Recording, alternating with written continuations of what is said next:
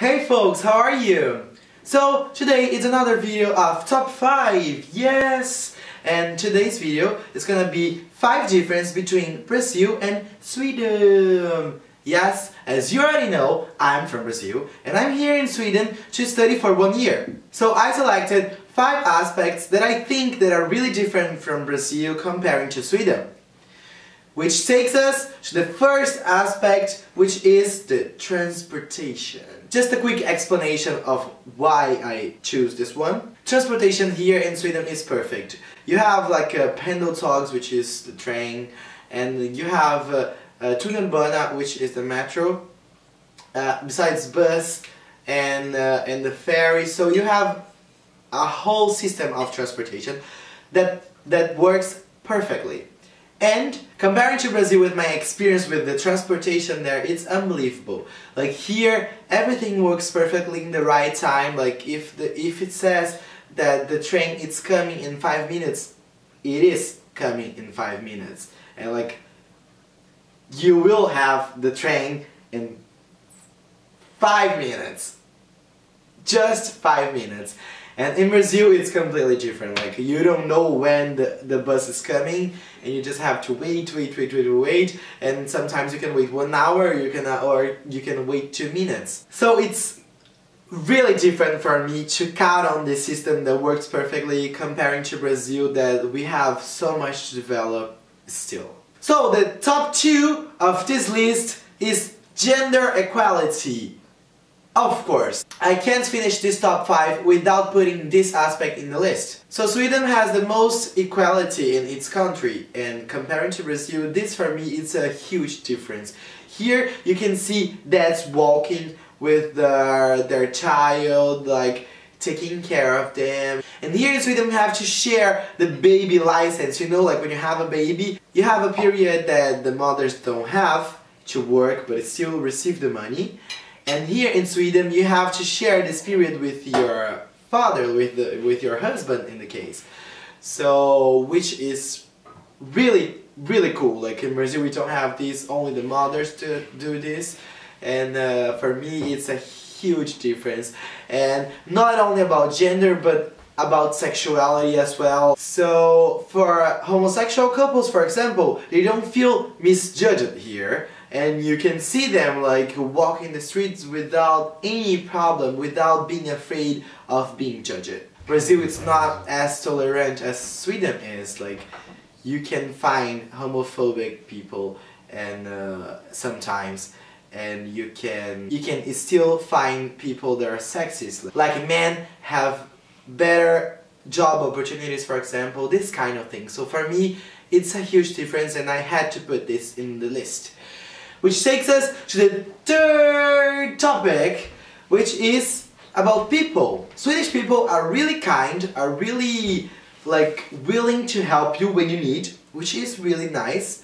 But at the same time, they are a bit shy. Like comparing to Brazilian people, and we are well known about being like really happy people and communicative people and everything. So it's a bit different, this aspect, because you're not gonna find like Brazilian people here like in this as energetic as we are, but they are still really kind and really willing to help you. Like many times when I was in the grocery store trying to find products and I was having trouble with the Swedish people were like really willing to help me, like do you need some help, like do you need translation or something like this? So they are really kind, but of course they are a bit shy. They are not like us Brazilian people, like well, let's talk, let's do everything, and I'm your best friend and everything. So this is a difference that I had to put in this list as well. The fourth aspect, and for me one of the toughest during this period that I'm here, is of course the lack of sunlight. In Brazil, we are used to do our things, like basically our daily routine is based on the sunlight. Like normally people work from 8 to 6, which is the period that we have sunlight. So normally like you finish your work when the sun sets. And here, being in like in the winter as we are right now, as you can see behind, like snow everywhere, the sun sets at 3 p.m. in the winter. And for me this is really weird, because in the beginning I was, like, I have to confess, I was suffering a bit with this lack of light, and it really affects your mood. Like, I don't know how to explain, but it really affects your mood. Like, you have to get used to don't have sunlight to do your activities, and I have to confess that it's a huge difference from Brazil, and I had struggled with this a bit, I have to confess. So I had to put this as well in my list, the lack of sunlight that Sweden has comparing to Brazil. And the last topic, but not the least, is the safe feeling that we have here in the streets.